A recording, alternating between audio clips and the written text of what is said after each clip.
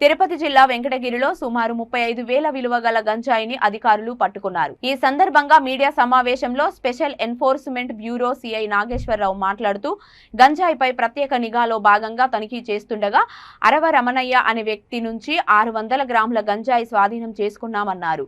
అతన్ని అదుపులోకి తీసుకొని విచారణ చేపట్టిన అనంతరం ఆయన ఇంటి వద్ద కేజీ గంజాయి పట్టుకున్నామని పోలీసులకు తెలిపారు.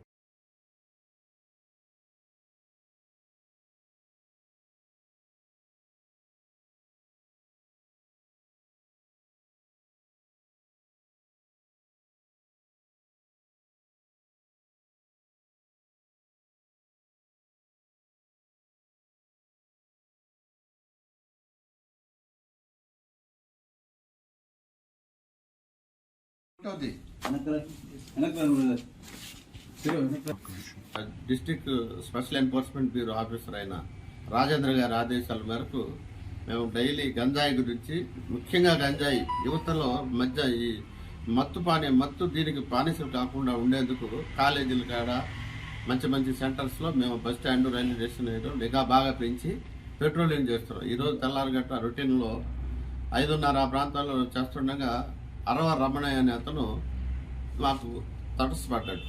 ఏంటంటే ఏముంది అంటే కంగారు పడతాడు. అతని దగ్గర ఒక 18 ప్యాకెట్లు, చిన్న ప్యాకెట్లు చెక్ చేస్తుంది. ఇక అక్కడి నుంచి బీఆర్ఓల్ని, మన లేడీ కానిస్టేబుల్ని తీసుకుని వాళ్ళ ఇంటికి వెళ్ళి చెక్ చేస్తే వాళ్ళ ఇంట్లో మిగతాది ఒకసాట 400 గ్రాములు 1 కేజీ దొరికింది. వాళ్ళ ఇంట్లో రెండు పార్ట్లుగా పెట్టుకుంది. వీళ్ళు ఈ వెంకటగిరి టౌన్లో ఉన్న కాలేజీల్లో, అన్ని కాలేజీల్లో స్టూడెంట్స్ కస్టమర్లు. వీళ్ళు ఇక్కడ ఎక్కువ మంది కూడా ఆమె దగ్గర పిల్లలు నాశనం అయిపోతున్నారు. ఆమె మీద, ఆమె మూలకంగా ఈ టౌన్లో 300 మంది పిల్లలు ఆమె దగ్గర కస్టమర్లు అయిపోయి ఆమె వల్ల సర్వనాశనం అయిపోతున్నారు పిల్లలు, కాలేజీ స్టూడెంట్స్. మా నిఘాలో తెలిపోయింది. అందరూ ఆమె దగ్గరికి వచ్చి రావటం వెళ్ళిపోవటం.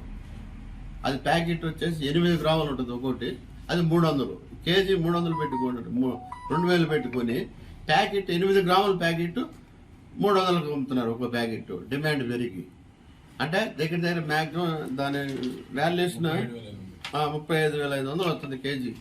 2000 పెట్టుకుంటే 35,000 వస్తుంది. ఇంత లాభం ఉండదు కాబట్టి వాళ్ళు దీన్ని వదలలేకపోతున్నారు వ్యాపారాన్ని. టౌన్లో మ్యాక్సిమం అందరూ వదిలేసి వెళ్ళిపోయారు. లాస్ట్ అన్నమాట ఇది. ఒకడు ఉన్నాడు, వాడు కూడా త్వరలో పట్టుకుంటాం. వాడు కూడా వేస్తే ఈ వెంకటగిరి పట్టణానికి పెట్టిన సేను వదిలిపోయింది.